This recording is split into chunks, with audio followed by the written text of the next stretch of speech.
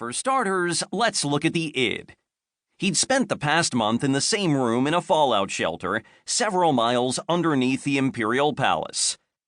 The room was meant to be a storage closet, but it had been modified into a cubic holding cell 3 meters to each side.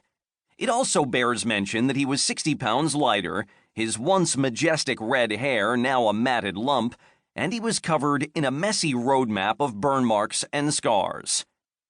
The only furniture was a tin bucket. If Noah had been born in an earlier time, he'd have no issue with using it as a chamber pot. But Noah was a latter-day wimp toward all things scatological.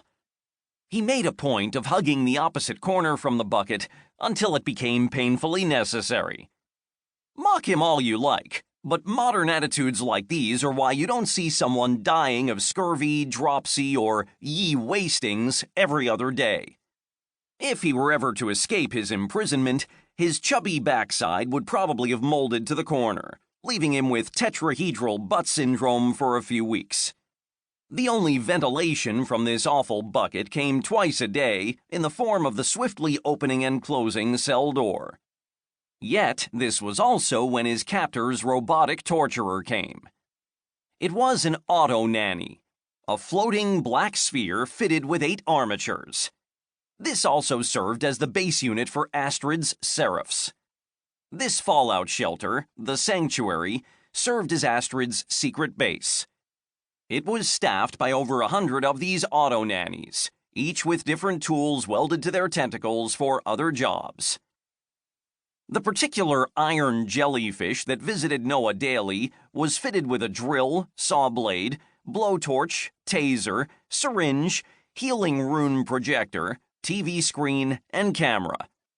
We're not going to talk about their daily sessions. Now let's move on to Noah's ego. On the one hand, yes, Bouillon was gone, the god's salvation of the dead was back in working order, Raphael's soul was obliterated, and the Koschei's global threat had lessened since last month. That much was nice enough. Now unbound from his healer's code, Noah could cuss, have sex, smoke, and drink liquor as much as he pleased. The id wasn't interested, but the ego liked keeping his options open. But Noah's sweetheart, Tamino O'Connell, was dead. Not only that, but she had been dead ever since she first set foot in the Imperial Palace. The long-lost royal heir was a sham. Astrid Koschei just wanted another pretty corpse to hollow out, fill with a robotic skeleton, and wear as a costume. She chose Tamino as Noah had Koschei blood, illegitimately, which meant that Astrid, technically his aunt, was already keeping tabs on him. So midway through a surveillance video, Astrid caught a glimpse of Noah's girlfriend and found her particularly wearable. 3 more strokes for id. 1, his first kiss with Tamino was with her corpse. 2, Astrid took a great deal of satisfaction from showing Noah the video footage of Tamino's loud, gory death via the auto-nanny's arm-mounted TV.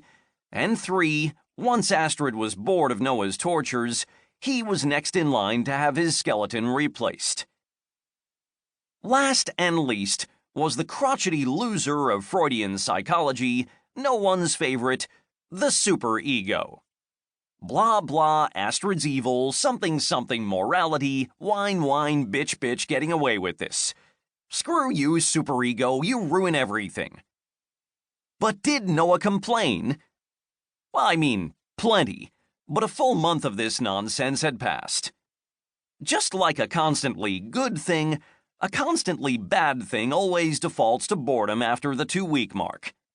So, in between bouts of abject terror and unbelievable despair, he made his brief moments of comfort and amusement. Noah hadn't drawn in a while.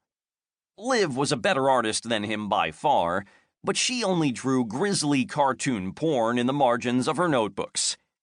But with his impending death to consider, now was as good a time as any to practice art.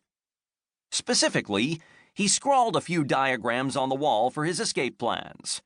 He used a shard of tin broken off the bucket, scratching into the